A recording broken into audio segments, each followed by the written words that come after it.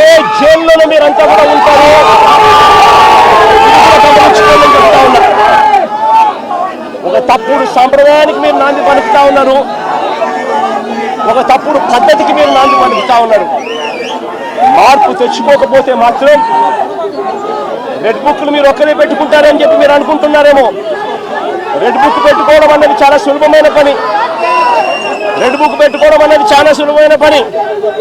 నేను మనం మీ విలేకరు కృష్ణకి చెప్పి, కృష్ణ నువ్వు ఒక రెడ్ బుక్ మెయింటైన్ చేయంటే కృష్ణ కూడా మెయింటైన్ చేస్తాడు ఒక రెడ్ బుక్. నీ పేరేం పేరన్నా? రవికి చెప్పి, రవి నువ్వు ఒక రెడ్ బుక్ మెయింటైన్ చేయ రవి అని అంటే రవి కూడా మెయింటైన్ చేస్తాడు. అదే కదా ఘనకార్యం కాదు, గొప్ప పని కాదు.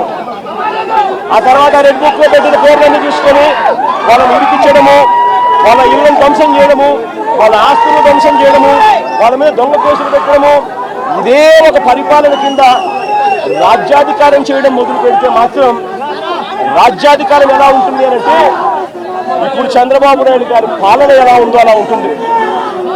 చంద్రబాబు నాయుడు గారి ప్రభుత్వం వచ్చి 3-4 నెలలు కూడా కాయిపోలా. ఈ 3-4 నెలల్లో చంద్రబాబు నాయుడు గారి పరిపాలన ఎంత దారుణంగా ఉంది అని అంటే నిజంగా నాకు ఆశ్చర్యం కలిగించే విషయాలు, ఆశ్చర్యం కలిగించే విషయాలు కనిపిస్తాయి.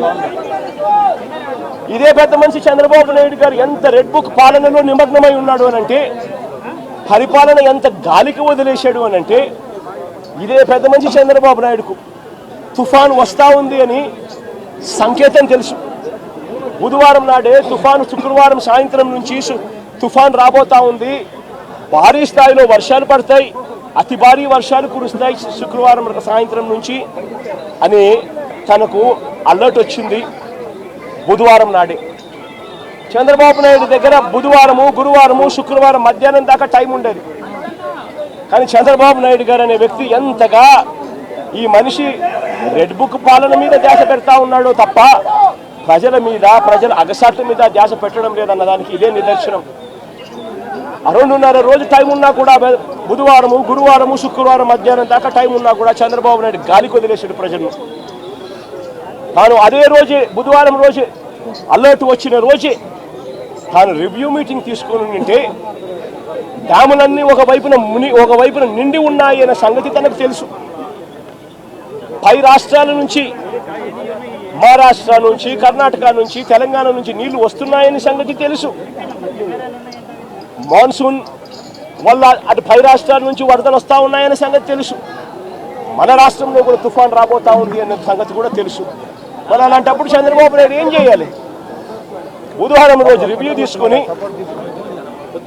రెవెన్యూ సెక్రటరీని, చీఫ్ సెక్రటరీని, ఇరిగేషన్ సెక్రటరీని, హోమ్ సెక్రటరీని వీళ్ళందరినీ కూడా పిలిచే కార్యక్రమం చేయాలి.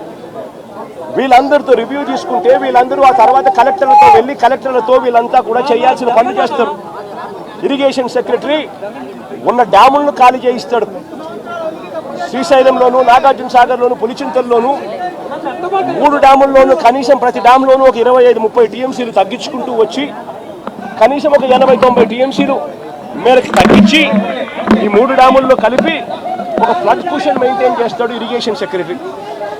దానివల్ల పైనుంచి వచ్చే నీళ్లను, ఇతర రాష్ట్రాల నుంచి వచ్చే నీళ్లను, ఈ ఫ్లడ్ కుషన్ ఉంది కాబట్టి నీళ్లను అక్కడే ఆపిడొచ్చు. రెవెన్యూ సెక్రటరీ వెంటనే రిలీఫ్ క్యాంపులు ఏర్పాటు చేస్తాడు.